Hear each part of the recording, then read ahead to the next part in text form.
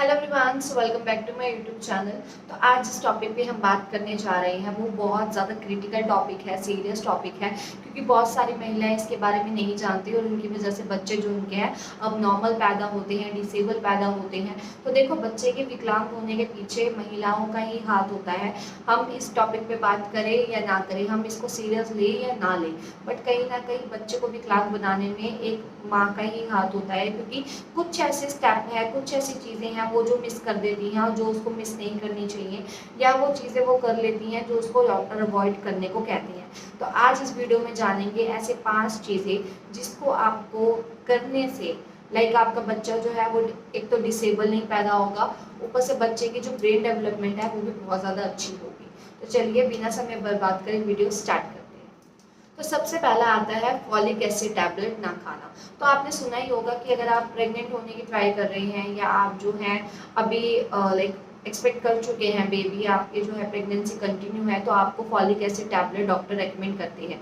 Folic acid tablet basically एक iron tablet होती है जो माँ का और बच्चे दोनों में खून की कमी जो होती है पूरी करने में हेल्प करती है। कईयों में खून की कमी बहुत ज़्यादा होती है जिसको लेकर डॉक्टर आपको दिन की 2 टैबलेट प्रिस्क्राइब करते हैं, अदरवाइज आपको दिन की 1 टैबलेट भी दी जाती है apart from calcium and multivitamin. तो अगर आपको फॉलिक एसिड टैबलेट दी जा रही है और आप नहीं खा रहे, तो आपको पता चलना चाहिए कि आपको जो बच्चा है वो विकलांग हो सकता है, क्योंकि कॉम्प्लिकेशंस रहेंगी। क्योंकि आपके अंदर खून की कमी रहेगी, ऑब्वियस सी बात है बच्चे के अंदर खून की कमी रहेगी और बच्चे का सही से विकास नहीं होगा, तो बच्चा कहीं ना कहीं डिसेबल पैदा होता है। देखो, मोस्टली जो है स्टार्टिंग के स्टेजेस में ये बात नहीं पता लग पाती, बट जैसे ही 5वां महीना स्टार्ट होता है, आपका लेवल 2 अल्ट्रासाउंड होता है, वहीं आपके अल्ट्रासाउंड में कोई ना कोई पार्ट डिसेबल नजर आ जाते हैं, जिसकी वजह से आपका एक तो इमोशनली आप हर्ट होते हो, सेकंड थिंग इज इसके आपके जो 5 महीने हैं जिसको आपने एकदम लाइक बहुत ज़्यादा सोच विचार कर कर बहुत ज़्यादा एक एक चीज़ का ख्याल रखकर बिताए हैं, वो सारे के सारे वेस्ट हो जाते हैं। तो आपको फॉलिक एसिड टैबलेट अगर डॉक्टर रेकमेंड कर रहे हैं तो आपको खानी चाहिए। अगर नहीं भी की जाती तो आप अपने डॉक्टर की सलाह लेकर वो टैबलेट खा सकते हो। उससे एक तो आपका खून में वृद्धि रहेगी, एक आपका बच्चे का खून बढ़ा रहेगा, हेल्थ बढ़ी रहेगी। ब्रेन के लिए बच्चे की बहुत ज़्यादा अच्छा होता है फॉलिक एसिड टैबलेट, और साथ साथ में बच्चे का जो रंग है वो भी फेयर करता है। उसके साथ में अगर कोई भी कॉम्प्लिकेशन वगैरह नहीं आती, चाहे बच्चे की हाइट को लेकर हो, चाहे बच्चे की डिसेबिलिटी को लेकर हो, तो आपको फॉलिक एसिड टैबलेट तो अपनी डाइट में ज़रूर ज़रूर ज़रूर इंक्लूड करनी चाहिए। अगला है आपका प्राइवेट पार्ट में इन्फेक्शन। तो आपने सुना ही होगा, आपको यीस्ट इन्फेक्शन हो जाता है, आपको वजाइनल इन्फेक्शन हो जाता है। तो मोस्टली ये दोनों जो इन्फेक्शन होते हैं बैक्टीरियल इन्फेक्शन होते हैं, जिसकी वजह से बच्चे की सुनने और बोलने की क्षमता पे बहुत ज़्यादा प्रभाव पड़ता है। क्योंकि आपका जैसे जैसे इन्फेक्शन बढ़ता है, आप उस टाइम नोटिस नहीं करते या उस टाइम इग्नोर करते हो, वो बढ़ता बढ़ता आपके गर्भाशय में पहुंचता है, और गर्भाशय में अगर इन्फेक्शन हो जाता है उससे बच्चे की जो सुनने और बोलने की क्षमता होती है वो ऑब्वियस सी बात है उसमें कॉम्प्लिकेटेड आता है, या तो बच्चा गूंगा पैदा होता है या बच्चा बहरा पैदा होता है। अगर बच्चा सुन ही नहीं पाएगा तो ऑब्वियसली बात है बच्चा बोलेगा। तो गूंगा बहरा होने का रीज़न मोस्टली यही देखा गया है कि जिन जिन महिलाओं को भी प्रेगनेंसी में प्राइवेट पार्ट में इचिंग हुई है या प्राइवेट पार्ट में इन्फेक्शन हुए हैं, या उन्होंने उस प्राइवेट पार्ट की टेक केयर नहीं करी, कॉटन के गारमेंट्स नहीं पहने, या फिर टाइम टू टाइम उसको वॉश नहीं करा, जब जब वो वॉशरूम लाइक यूरिन पास करने गई है उस टाइम वॉश नहीं करा, या उनको खुजली हो रही थी तो उन्होंने कोई ऐसे केमिकली प्रोडक्ट यूज़ कर दिया जिनकी वजह से वो बहुत ज़्यादा बढ़ गई। तो ये चीज़ें आपको टेक केयर करनी पड़ती हैं, ताकि अगर आप चाहते हो आपका बच्चा अच्छे से सुने, अच्छे से बोल पाए, तो ये चीज़ें आपको नहीं करनी चाहिए। अगर आपको थोड़ा भी इन्फेक्शन लगता है, आपको थोड़ी भी खुजली की समस्या या वाइट डिस्चार्ज की समस्या या कहते इरिटेशन होना, वहाँ पे लाल लाल दिखाई देना, अगर कुछ भी लग रहा है तो आपको उसी टाइम जाके डॉक्टर को विजिट करना चाहिए।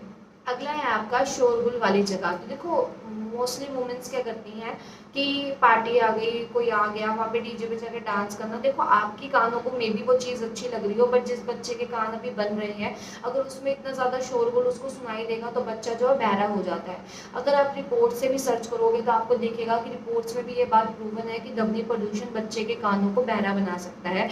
तो अगर प्रेगनेंसी में आप कोई भी ऐसी जगह जाते हैं जहाँ पर बहुत ज़्यादा साउंड है, बहुत ज़्यादा डीजे है, बहुत ज़्यादा पार्टी वगैरह में कहीं पे या घर पे गेट टुगेदर आप करते हो, तो प्लीज़ इन जगह पर ये ज़्यादा म्यूज़िक थोड़ा अवॉइड करें, क्योंकि अगर बच्चे के सुनने की क्षमता पे प्रभाव करा, बच्चे के अगर बहरा पैदा हुआ, ऑब्वियसली बात है वो गूंगा भी पैदा होगा, तो आपको थोड़ा सा ध्वनि प्रदूषण से बच के रहना है। बच्चे के कानों को बचाने के लिए आप इतना कर सकते हो कि अगर आप किसी पार्टी में जाना भी चाहते हो, थोड़ा सा गैप बना के रखो डीजे वगैरह से। अगर आप घर में कुछ ऑर्गेनाइज कर रहे हो तो थोड़ा सा वॉल्यूम कम करके सुनो।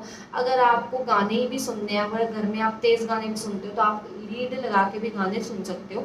उसका भी जो आपको भी खुशी होगी, ऑब्वियस सी बात है, और आपके बच्चे तक भी वो जो म्यूजिक है वो आपके इमोशंस के थ्रू पहुंचेगा। तो बच्चे पे बुरा इफेक्ट नहीं पड़ेगा। बच्चा जो आप उसको बोलना चाहते हो या जो आप उसको सुनाना चाहते हो वो बच्चे तक पहुंच जाएगा। तो आपको शोरगुल वाली जगह भी प्रेगनेंसी के लाइक 3 महीने तक आप जा सकते हो, बट उसके बाद आपको अवॉइड कर देनी चाहिए। अगला है आपका फोर्थ, बाहर का खाना खाना। देखो प्रेगनेंसी है, चटपटा खाना, तीखा खाना और खट्टा मीठा खाना, ये सब कब का मना करता है। अगर आप खाना ही चाहते हो आप घर में बना के खाओ, क्योंकि देखो बाहर के खाने में होते हैं केमिकल्स, आपको नहीं पता वो कब का प्रोड्यूस कर रहे हैं, उसमें क्या मिला हुआ है। क्योंकि इतनी महंगाई के टाइम पे अगर आप किसी सस्ते जगह स्टॉल पे बैठ के खाना खा रहे हो, तो ऑब्वियस सी बात है वो कैसा खाना प्रोवाइड करवा रहे हैं आपको नहीं पता। और आप अगर वो खाते हैं और बच्चे पे बुरा प्रभाव पड़ता है, तो बच्चा कहीं ना कहीं आपका डिसेबल हो सकता है। तो अगर आपका मन करता है तो थोड़ा सा मन पे काबू रखो, अपनी ज़ुबान पे काबू रखो। और अगर फिर भी आपका मन हो रहा है तो घर में कुछ हेल्दी बना के खाओ, क्योंकि घर में जो आप बना रहे हो आपको पता है उसमें क्या डला है। लेकिन बाहर के खाने को आप नहीं जज कर सकते, इसलिए जंक फूड वगैरह, ज़्यादा तला हुआ, ज़्यादा मसालेदार और बाहर का खाना तो एकदम अवॉइड कर दो। घर में जो आपको बना के खाना है वो हेल्दी वर्जन में खाओ। फ्रूट्स खाने हैं या फिर कुछ भी आपका मन करता है तो आप इजीली घर में बना के करके खाओ। बट ट्राई यही करना कि जो भी आपने बनाया है उसी टाइम आप कंज्यूम करो, रुक के ना करो। क्योंकि अगर आप रुक के कंज्यूम करते हो तो डेफिनेटली वो भी कहीं ना कहीं आपका केमिकल से रिएक्ट कर जाता है, क्योंकि आपका बचा हुआ खाने पे भी केमिकल्स इकट्ठा हो जाते हैं। तो आपको जैसे ही आपने बनाया उसी टाइम आपको कंज्यूम कर लेना चाहिए। अगला है आपका बाहर की कोल्ड ड्रिंक या फिर कोई भी जूसेस। हमें क्या लगता है कि हमने बॉटल लाकर जूस पी रहे, जैसे आजकल बहुत सारे ब्रांड्स आ रहे हैं जिसके फ्रूट जूस अवेलेबल हैं, बट आपको नहीं पता कि वो कब से निकले हुए हैं। अगर हम घर में ही आपको अवॉइड करने को कह रहे हैं कि आप जो जूस निकालें वो उसी टाइम कंज्यूम कर लो, तो ये तो पता नहीं कितने कितने महीनों से है। तो आपको ये बात समझ जानी चाहिए कि ये जो ड्रिंक्स होती हैं इसमें प्रिजर्वेटिव्स डाले जाते हैं। बैक्टीरियल इन्फेक्शन हो सकता है आपको इससे। इसमें बैक्टीरिया जो इन्फेक्टेड होता है और प्रिजर्वेटिव्स होने के कारण आपके बच्चे पे हार्मफुल हो सकते हैं। तो आपको सबसे पहले तो कोल्ड ड्रिंक एंड जो जूसेस, पैक्ड जूसेस होते हैं उसको अवॉइड करना चाहिए। आपका मन करता है आप घर में रियल जूस निकालो, उसी टाइम निकालो, उसी टाइम कंज्यूम करो, बट उसको स्टोर ना करके रखो, ना ही फ्रूट्स को ना ही जूसेस को। और ये चीज़ें अगर आप 5 अवॉइड कर लेते हैं, सबसे पहले फॉलिक एसिड टैबलेट खाना, शोरगुल वाली जगह पर ना जाना, देन आपका कोल्ड ड्रिंक वगैरह ये चीज़ें अवॉइड करना, देन आपका आता है जंक फूड वगैरह अवॉइड करना। तो ये चीज़ें अगर आप अवॉइड कर लेते हैं, प्राइवेट पार्ट को साफ रखना, उसमें कोई भी इन्फेक्शन ना होना, तो आपका बच्चा कभी भी डिसेबल नहीं पैदा होगा, एकदम हष्ट पुष्ट ही पैदा होगा। तो ये तो थी आज की वीडियो। उम्मीद करती हूँ आपको जो मैं समझाना चाहती थी या जो मैं आपको बताना चाहती थी आपको समझ आ गया होगा। तो अब मिलते हैं आपसे अगली वीडियो में, तब तक के लिए बाय बाय।